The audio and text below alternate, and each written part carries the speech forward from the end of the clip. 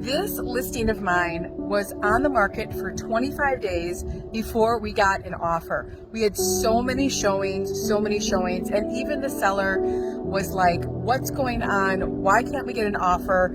And one day the Holy Spirit told me, I want you to declare that the home will go under contract.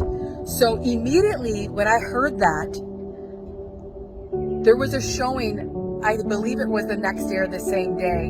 And in my home, I started declaring, I said, I declare that this showing will love the home. I declare in the name of Jesus that this showing will put an offer. I declare that this showing will not be picky. Now, I remember that I was talking to my seller on chat, and she was a little frustrated about people being picky. And I said, let's change that. Let's declare that. She will not be picky. The buyer will not be hesitant. And I started to literally declare it in our chat, even to the seller. And guess what happened? We went under contract in just 25 days. And that is really, really, really good in the market right now. Many homes right now are sitting for 6 months, 9 months. Some listings are even expiring as we're in a different kind of market. But it doesn't matter what kind of market we're in. I'm in the market of the Lord. I believe that my listings are in the hands of God. Whether or not they sell or they don't, if there's a testimony, I believe that the Lord has taken over in my real estate business, and I give him all the glory and the praise, because this home is closing because of the power of the tongue, right? Death and life are in the power of the tongue. And so that's what the Lord downloaded to me, was to start declaring it and start to change what I'm speaking exactly and speak to it.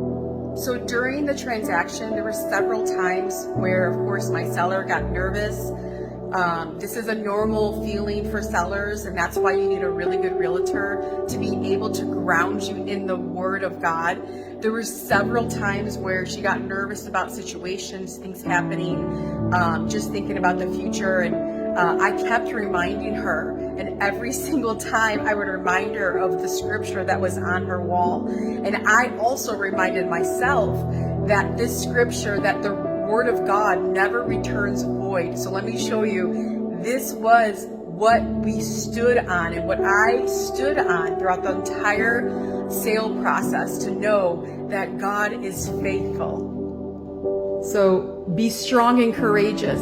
Do not be afraid or discouraged, for the Lord your God will be with you wherever you go.